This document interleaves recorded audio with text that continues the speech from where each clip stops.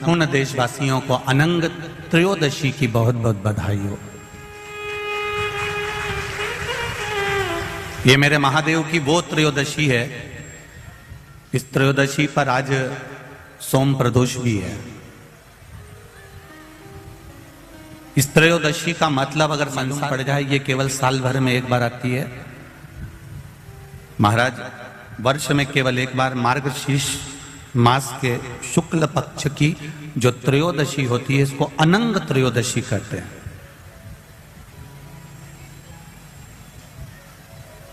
इस त्रयोदशी का महत्व, जिसके परिवार में पति पत्नी का झगड़ा होता हो, जहां अदालत तक बात पहुंच गई हो, या बेटियां मायके रह रही हो, पति कहीं दूसरी जगह रह रहा हो, या किसी पति का या पत्नी का स्मरण हो, इस अनंग त्रयोदशी का मात्र स्मरण, इस अनंग त्रयोदशी का मात्र पूजन, पूरे साल भर में आप शंकर भगवान की आराधना करते हो, पर इस अनंग त्रयोदशी की आराधना का फल ही दूसरा है।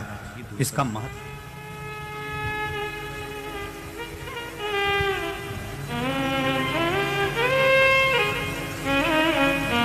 अनंग त्रयोदशी, जिस दिन केवल भगवान शंकर के शिवलिंग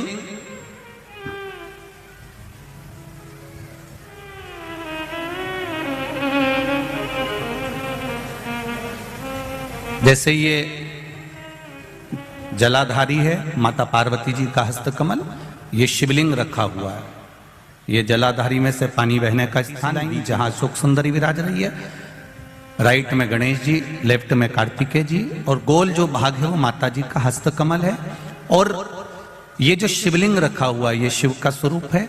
जहां पर भगवान शंकर का शिवलिंग रखा हुआ है, उस स्थान पर आज अनंग त्रयोदशी के दिन मात्र जिस पति पत्नी का आपस में बैर चल रहा हो, अदालत में विवाद चल रहा हो, आपस में प्रेम समाप्त हो गया हो, एक दूसरे का सम्मान करना भूल गए हो, बात बात में झगड़ा करते हो, जरा जरा सी बात में मन मोटाव हो जाता हो, वो केवल एक कच्चे दूध की मात्र उंगली को भिंगाकर, अगर जहां शिवलिंग रखा हुआ है वहां पर केवल कामदेव रति शिव और लेकर मात्र उस कच्चे दूध की मात्र उंगली ही फेर देते हैं, तो उन पति पत्नी का जिंदगी में कभी विवाद नहीं हो सकता और कभी गलत मार्ग पर वो जा नहीं सकता। ये अनंग त्रयोदशी की महत्वता है, आज की महत्वता।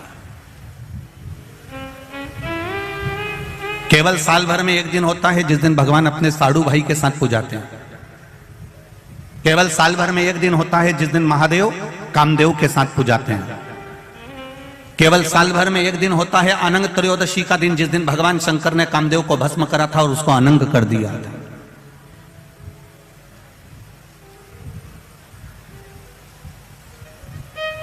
और आज पूरे राष्ट्रवासियों को तो बड़ा आपको अनंग त्रयोदशी के साथ में आज सोम प्रदोष का भी आनंद प्राप्त हुआ है। ये शिव की कृपा है, ये उसकी उदारता, ये उसकी करुणा। अनंग त्रयोदशी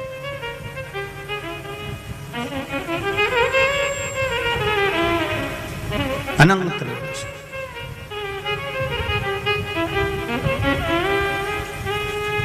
आज के दिन जो 35 साल के हो गए, 30 साल से 42 साल के हो गए और जिनका विवाह नहीं हुआ है, वो बेलपत्री की मध्य पत्ती पर केवल कच्चा दूध लगाकर ही भगवान शंकर को समर्पित कर देते हैं, तो अगली जो अनंग त्रयोदशी आती है उससे पहले उसका मंगल विवाह हो जाता है। अनंग त्रयोदशी, अनंग त्रयोदशी का इतना महत्व है हमारे शास्त्रों में। महाराज भगवान शिव ओगरदानी त्रिकालदर्शी कैलाशी अविनाशी भगवान शंकर ने माता सती था,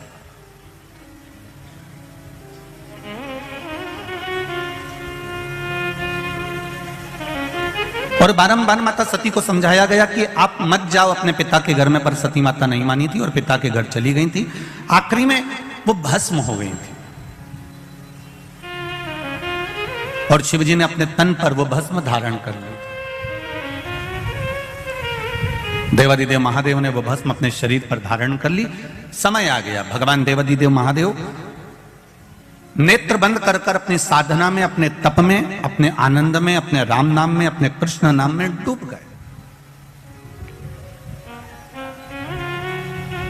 अब वो विचलित नहीं हुए। भगवान देवाधिदेव महादेव का चित्त केवल राम में, कृष्ण में लग गया। नेत्र बंद हैं, साधना में लीन हैं, भगवान डूबे हुए हैं। उनको कोई मतलब नहीं कि संसार सागर में क्या हो रहा है। अब इसी बीच में जो शंकर भगवान ने भस्म शरीर पर धारण करी थी और भस्म शरीर पर धारण कर कर देवाधिदेव जब चलकर आ रहे थे, उस मार्ग में चलते चलते चलते चलते देवाधिदेव सम्मुख में जब शिव जी केवल तप साधना करने के लिए बैठने जा रहे थे, तब एक असुर, एक राक्षस जन्म ले चुका था जिसका नाम था तारकासुर।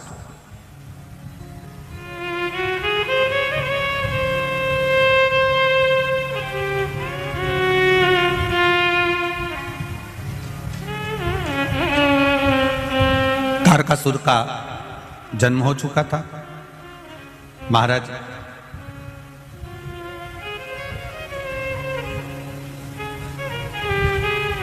देवताओं से ज्यादा सिद्धि दानवों में होती है। देवताओं से ज्यादा सिद्धि, देवताओं से ज्यादा विद्या, देवताओं से ज्यादा तंत्र विद्या, मंत्र विद्या, साधना विद्या, सिद्धियां देवता से ज्यादा दानवों के पास होती है, राक्षसों के पास होती है।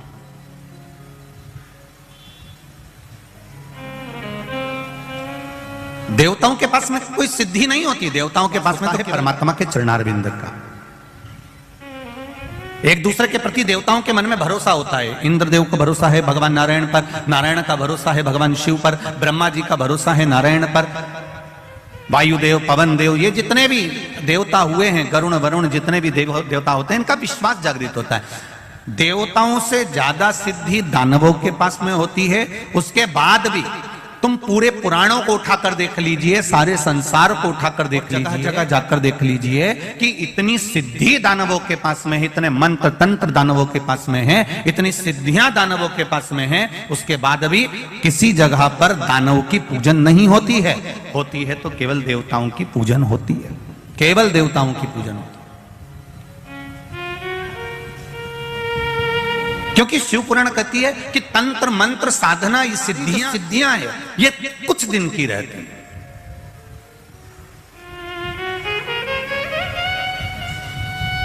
असुरों की, राक्षसों की जो सिद्धियां होती हैं, ये थोड़े दिन की होती है। पर जो विश्वास होता है, भरोसा होता है, प्रेम होता है, वात्सल्यता होती है, करुणता होती है, ये कम नहीं होती, ये और बढ़ती चली जाती है।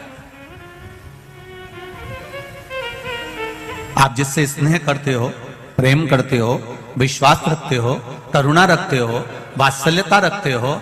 एक माता अपने पुत्र से प्रेम करती है, वात्सल्यता रखती है, करुणता रखती है, विश्वास रखती है, और बेटा कहीं चले जाए तो मां को नहीं दिखता तो बार बार विचार करती है कहां गया, वो दिख नहीं रहा, वो दिख नहीं रहा। कोई कोई स्नेह जो करते हैं, प्रेम जो करते हैं, उसको देखने के लिए तड़पते हैं। और नहीं मिलेगा तो और देखने की तड़प होगी, और नहीं मिलेगा तो और देखने की तड़प होगी। उसी तरह भगवान के प्रति जब हमारा विश्वास जागृत हो जाता है, भगवान के प्रति जब हमारा प्रेम जागृत हो जाता है, ईश्वर के प्रति हमारा भरोसा जागृत हो जाता है, हमारा वात्सल्य, हमारी करुणा और हमारा स्नेह जब बढ़ते चले जाता है, तो उस परमात्मा को देखने की ललकता हमारे भीतर भी जागृत होने लगती है। उसको देखने की ललकता हमारे भीतर और जागृत होने लगती है।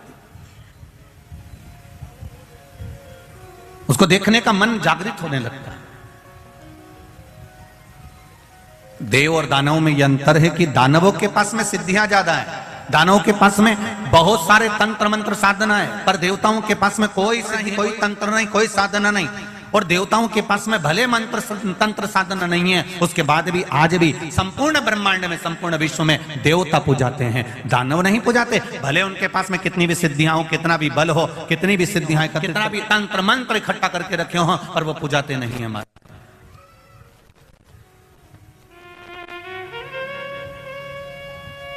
तारकासुर केवल असुरों में एक ऐसा था, तारकासुर ने यह विचार कर लिया कि मेरे पास में सिद्धियों की कमी नहीं है, मेरे पास में मंत्र तंत्र की, मेरे पास में बहुत सिद्धियां हैं, बहुत मंत्र तंत्र हैं, पर यह सिद्धियां मेरे किसी काम की नहीं है। तारकासुर ने विचार कर लिया कि मुझे तो भगवान शंकर का भजन करना है, मुझे शिव भक्ति को धारण करना है और कुछ भी नहीं चाहिए।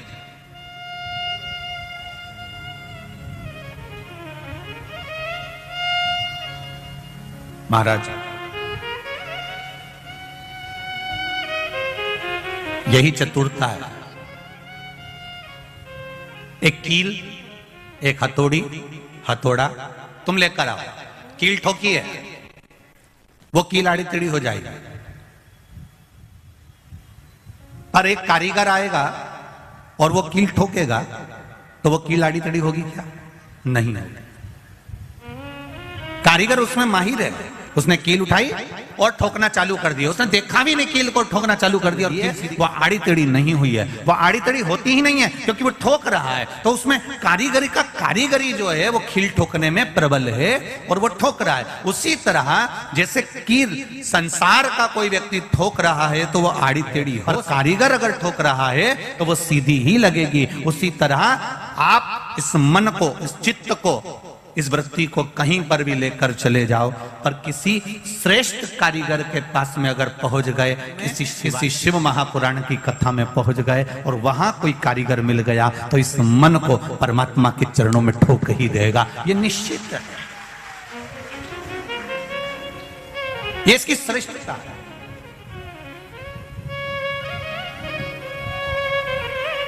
मैंने तेरे ही भर ओ बाबा तेरे ही भरोसे हवा बिच उड़ती जावांगी, बाबा डोर हथों छड़ी कटी जावांगी, भोले मैं तेरी पतंग, शंभो मैं तेरी पतंग, हवा बिच उड़ जावांगी, बाबा डोर हथों छड़ी में कटी जावांगी, भोले मैं तेरी पतंग, शंभो मैं तेरी पतंग। इस मन रूपी कील को किसी कारीगर के पास में, किसी देवालय में ले जाकर, और अच्छा कारीगर मिल गया तो वो ठोकेगा। और फिर एक कील इधर उधर नहीं जाएगी। एक पत्राया है, देखिए,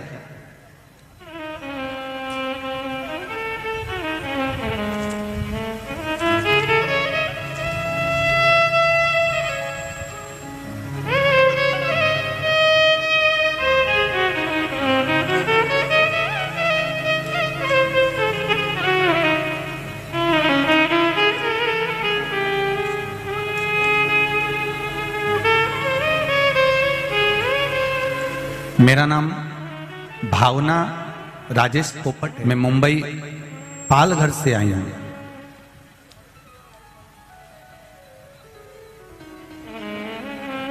उन्होंने एक बात बहुत अच्छी लिखी है, मेरा नाम भावना राजेश पोपट है, मैं मुंबई पालघर से कथा में धोख लगाने आई हूं। मुझे हिंदी ठीक से लिखना बोलना नहीं आती है, तो क्षमा करना। कहीं बेन श्री शिवाय नमस्तुभ्यं, जहां भी बैठी हैं, अगर कहीं बैठी हो तो दोनों हाथ हिला दीजिएगा। आपके जहां कहीं भी बैठे हो दोनों हाथ हिला दीजिएगा। कहीं बैठी हो तो जरूर हाथ हिलाइएगा। मैं बाबा क्या बखान करूं महादेव की कृपा का। मेरी बेटी जो परदेश में कनाडा में रहती है, उसे लेफ्ट साइड चेस्ट में गांठ हो गई थी, जिसे उसे बहुत तकलीफ होने लगी थी। वह अपना हाथ भी ऊपर नीचे नहीं कर पाती थी। तब उसने वहां डॉक्टर को बताया कनाडा में, तो डॉक्टर ने तुरंत ही उसकी जांच करने के बाद कहा तुम्हारे एक गांठ नहीं है, यहां 3-4 गांठ हो गई है। अब वह ज्यादा गंभीर हो गई थी। डॉक्टर ने उसे ऑपरेशन का कह दिया था। तब बेटी ने मुझे यह बात बताई तो मैंने कहा सब तुम शिवजी पर छोड़ दो, साथ में शंकर भगवान पर एक लोटा जल चढ़ाना प्रारंभ करो। पर जल चढ़ाती तो कहां चढ़ाती? वो जल कैसे समर्पित करती, महादेव सब कुछ ठीक करेंगे। अब जल चढ़ाने कहाँ जाए, ना तो शिवजी का मंदिर है ना वहां बेलपत्र है। परदेश में कहां से जल चढ़ाने मंदिर को जाए। तब मैंने कहा तेरे पास में शंकर भगवान का शिवलिंग या मूर्ति हो तो उस पे जल चढ़ाना प्रारंभ कर, जल चढ़ाओ और वही पानी तुम पीना प्रारंभ करो। श्री शिवाय नमस्तुभ्यम का जाप करना प्रारंभ करो। जो डॉक्टर ने दवाई दी है उसको खाना प्रारंभ करो। तब बाबा एक चमत्कार हो गया बाबा की कृपा से। मैं क्या वर्णन करूं भोलेनाथ जी का। जो गठान थी उसकी दूसरी बार जब जांच कराने के लिए गई, आश्चर्य में हैरान हो गया कनाडा का कि ये गठान गल चुकी थी, जो शरीर में 3-4 गठान हो चुकी थी। ये शिव कृपा। तेरी कृपा बिना न हिले एक भी अणु, लेते हैं श्वास तेरी कृपा से तनु तनु। एक पत्रोल बड़ा सुंदर। पहले तो बच्चे का फोटो देख लो आप। जितने लोग भी आस्था चैनल पर कथा देख रहे हैं, पहले इस बच्चे का फोटो।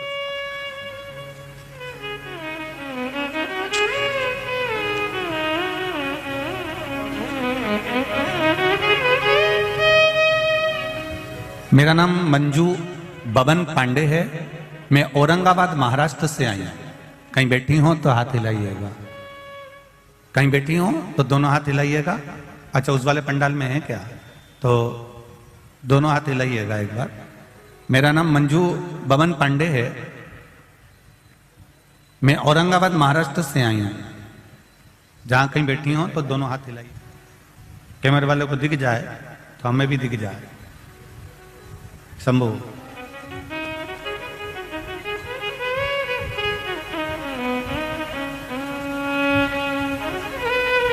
एक लोटा जल टीवी के सामने सुनी हुई कथा का क्या वर्णन करूं गुरुजी।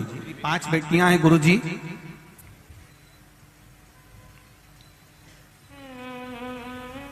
तीन अप्रैल 2022 को मेरे चौथे नंबर की बेटी सोनोग्राफी करा के आई तो रिपोर्ट नॉर्मल थी। गुरुजी 11 अप्रैल 2022 को उसको दिक्कत शुरू हो गई और डॉक्टर ने उसकी डिलीवरी डेट 14 अप्रैल दी, लेकिन उसको दिक्कत 11 को शुरू हो गई और अपने यहाँ रामनवमी के यज्ञ में बैठी थी। 4 बजे हम उसे लेकर हॉस्पिटल उसका ऑपरेशन शुरू किया, लेकिन गुरुजी जब उसके बच्चे को निकाला गया तब बच्चा रोया नहीं, उसके श्वास में तकलीफ हो गई और उसमें कुछ भी ऐसा नहीं था कि वो हिल रहा था। डॉक्टर ने फेफड़ों में दिक्कत बता दी। ऐसा कहा इसको तुरंत दूसरे हॉस्पिटल में ले जाओ। हम एक हॉस्पिटल छोड़कर दूसरे हॉस्पिटल में से लेकर 7:30 तक हॉस्पिटल घूमते रहे, पर कोई झेलने को तैयार नहीं था, क्योंकि बच्चा रोया भी नहीं था, श्वास भी नहीं थी। हर तरह से हम परेशान हो गए। तब श्री शिवाय नमस्तुभ्यम का जाप करना प्रारंभ करा। मैंने अपने तीसरे नंबर की बेटी से कहा कि तुम जाओ और शिवजी पर 1 लोटा जल चढ़ाओ और वो जल लाकर तुरंत दो। बेटी ने जल लाकर भगवान का चढ़ाया हुआ जल लाकर दिया और बाबा की कृपा से, शिव की कृपा से वो जल हाथ में लेकर जब फेरा गया, बाबा की कृपा से बच्चे ने 11:30 पर रोना और बाबा की करुणा ऐसी हुई कि वो बच्चा अब स्वस्थ है। उसका फोटो भी लगाया है गुरुजी, और जिस समय वो हालत गंभीर थी उस समय भी लगाया है। उसकी सारी रिपोर्ट लगा रही हूं उस बच्चे की कि उसके फेफड़े आदि कुछ भी काम नहीं करते थे, यहां तक उसके सब लगाए गए हैं, पूरी रिपोर्टें लगाई गई है। गुरुदेव, ये शिव शंकर का भरोसा और विश्वास है जो आज मेरी गोद में मेरा बाबा का प्रसाद है। ये शिव कृपा। हर हर शिव भक्ति में भगवान शंकर की अविरल भक्ति का जो सुख है,